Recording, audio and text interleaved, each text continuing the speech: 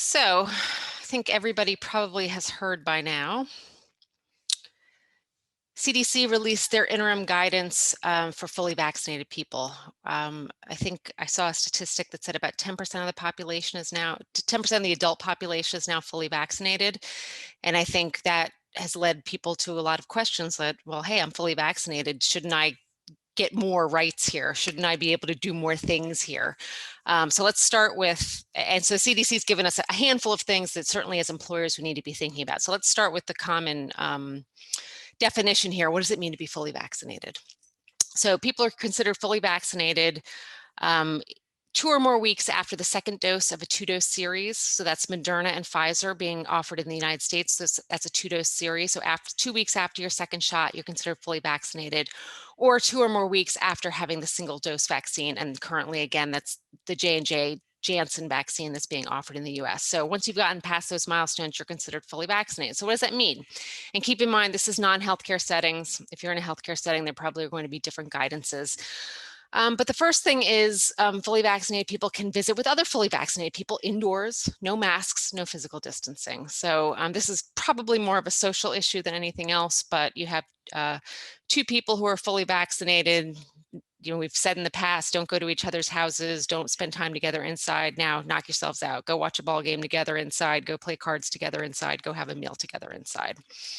Also visiting with unvaccinated people from a single household who are considered low risk without wearing masks or physical distancing. This still remains mostly a social issue, but this is the grandparents that have been fully vaccinated want to go visit their grandchildren. No one in that household is at high risk. Again, CDC is saying those visits are okay. But this is the big one from an employer's point of view. Refrain from quarantine and testing following a known exposure if asymptomatic. So this could change your contact tracing. This could change your quarantine guidelines for your employees who are asymptomatic, who are vaccinated but don't have symptoms. Because keep in mind, the vaccines are not 100% effective. You can still get the virus even if you've been vaccinated, but what we've been told is that the virus is going to be much milder, and that's one of the benefits to being vaccinated. But so this could really change the way you do quarantine. Again, this could change the way you do contact tracing, and I'll talk more about that in a minute. But for now, you know, one of the challenges here is we don't know who's been vaccinated and who hasn't been vaccinated in the general population. So for now, you can't differentiate between fully vaccinated and not fully vaccinated. Otherwise, everybody who doesn't want to wear masks will just say, hey, I've been fully vaccinated. So for now, everybody's wearing masks and social distancing in public.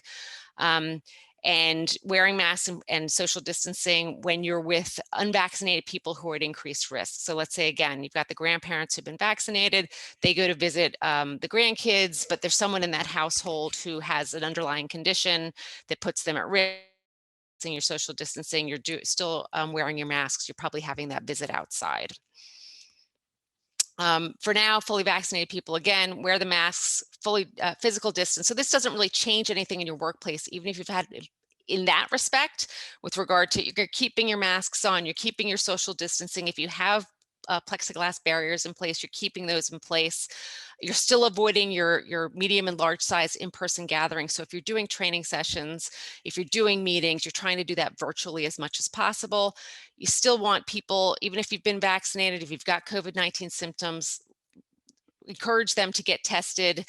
And then individual employers can have their own guidances and follow CDC and health department travel requirements and recommendations. I'm going to talk about that again in a second. So how does this all play in for an employer? We've been talking for months now, ever since the vaccines became available, we've been talking about, can we ask employees for proof they've been vaccinated? EEOC has weighed in on this, says yes, this is not a problem under the Americans with Disabilities Act. You can ask people if they've been vaccinated.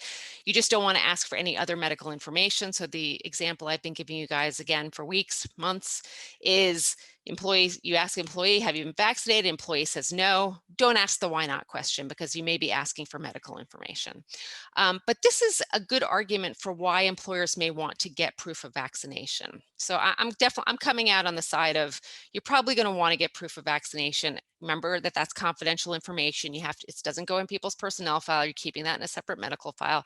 But this will help you with regards to contact tracing. This will help you with regards to quarantining issues. Because as we saw before, if you've been fully vaccinated and you've had an exposure at work, CDC is saying you don't have to, you're not included in that sort of contact tracing, you're not included in that quarantine unless you show symptoms. That fully vaccinated person can keep coming to work. So something to look at with regard to your policies and practices. Think about whether or not you want to get evidence of vaccination from your employees. And then the other big thing that happened in the last couple of weeks, we talked about this last week, Pennsylvania issued a March 1st order. Pennsylvania is lifting its travel restrictions. What does that mean? That means it used to be if you were coming into the state from another state, or even if you were a resident, you left the state and you came back, you had to show a negative test within 3 days of coming back to the state, or you had to quarantine, right? So that's been eliminated. That's been eliminated for state-to-state travel.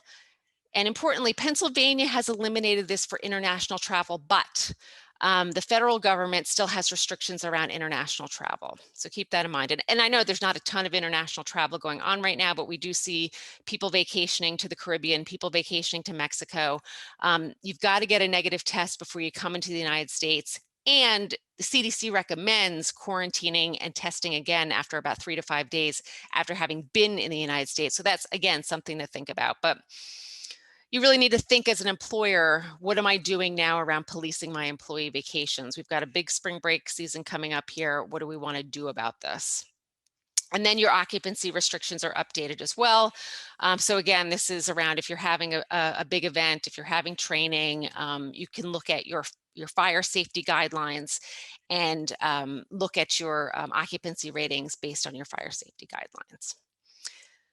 And then one other issue that I want to keep bringing up, because I know it's gotten a lot of interest from our members. A couple of weeks ago, Governor Murphy in New Jersey signed the bill that will legalize recreational marijuana. So this is a really good time to start thinking about your policies on drug testing. We did put an alert out on this. We can include that alert with our email that goes out after this webinar. You really need to be thinking now, because one of the things that New Jersey is doing is they're all but eliminating pre-employment drug testing that includes THC on the panel. They're basically saying you can't do that anymore. The only way that you can take an adverse employment action against anyone is if you have a positive drug test and evidence of impairment. What does evidence of impairment mean? It means an observation from someone who's been trained in how to detect impairment. And New Jersey, hopefully in the next few months, is going to come down with a training program. So stay tuned on that, a training program for detecting reasonable suspicion. Now, that may be different if you're in a federal contractor. It may be different if you have safety sensitive employees. That is a conversation to be had with an employment attorney. Members, feel free to call Member Legal Services, reach out to me, we can have that conversation. You still can have in place reasonable suspicion and post-accident drug testing. You want to have that in your policies. But again, you're going to want to get training for your supervisors, for your managers, to make sure that they can recognize what constitutes impairment. Like I said, New Jersey is going to be coming down with their own program. We'll see how long it takes, hopefully the next couple of months, but just be attuned to those issues. The times are certainly changing around marijuana in the workplace. All right, Kevin, do we have any questions for me? Of course we do. First question, and I think the New Jersey rules is no change on CDL holders, right? Yes. So if you are under any kind of federal law for the moment, marijuana remains illegal under federal law. Although everybody's heard me say in this space before, I think that is on the Biden list somewhere. It just is not as high as some of this other COVID stuff. So I wouldn't be surprised if within the next year and a half we see marijuana legalized on a federal level and all of that change. But for now, you're a federal contractor, you have DOT drivers, you still feel pretty safe operating under federal rules. I think you answered this, but someone said if someone's claiming they don't have to quarantine after exposure because they've been fully vaccinated, can you require proof? And I think we're saying you definitely want to. I think you definitely want to get proof. And that's why it might make sense to get the proof, start getting your proof now, instead of waiting until those things happen. And someone asked, in terms of proof, probably the easiest is the card that in Pennsylvania, the card you receive back that shows you have both doses. But something that's official that shows you've gotten both doses, because you need to be able to show you have both doses. And the dates of the doses, because you're not fully vaccinated until Right. 2 weeks after the second shot. Someone asked the question that they thought no test is required when returning from Mexico, but I think you covered CDC. CDC guidance says that, and everything that I'm reading says that most of the resorts in Mexico, now maybe be different if you stay in a private home or something, but most of the resorts in Mexico are giving you tests to make available to you. And what I've heard anecdotally is that they will keep you in the country if you don't pass the test. So something to think about when you're traveling, that you might get an extra 2 weeks in Mexico, whether you want it or not. Yeah, and the other thing is it's very, very easy when you do return to get a quick test. There's a lot of places in our area that have that quick test. You get a result in 20 minutes. Yeah, much more availability than we used to have. Yeah. Question was, can fully vaccinated people meet unmasked in an office or conference room? So it sounds like in a controlled space as they're fully vaccinated. I mean, I think that would follow the CDC guidelines. I think the concern I would have is that slippery slope. Some people, they see a couple of people meeting unmasked in an office or unmasked in a conference room, and how does that trickle down to the rest of the folks? So if you're going to do that, you need to have some pretty significant guidelines around that. And again, you should be getting your proof of vaccination from your employees. Yeah, I think asking people for any exceptions to give you proof first is a sound process. Agreed. Someone asked, any improvement heard about availability of vaccine? Again, I think the challenge, we're still in the 1A or 1B, so it's still very limited in terms of who's available, and there's not enough supply. But everything you hear with J&J coming available, that in April, May is when we'll see much broader distribution. We are going to try to get back for a session in April. The representative from PA Department of Health who spoke back in January, I thought she was great, and so we're going to see if we can get her back in to give us an update after the holidays.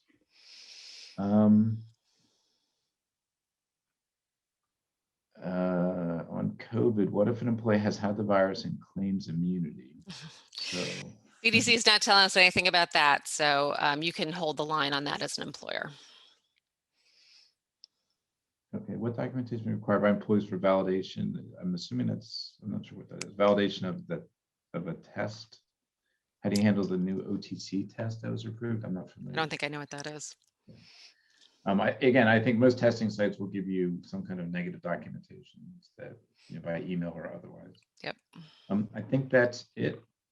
So Amy, as always, thank you very much. Again, a lot happening these days, so please join us each week to stay current. And again, thank you to Sherry for joining us today. And she's already, I think, in chat put a couple of the resources she mentioned, but we'll also include those in the email we send out along with the recording for today. But anybody that'd like to pass this around. All right, have a great week, everybody. Thank you. Enjoy the sunshine. Bye-bye. Bye.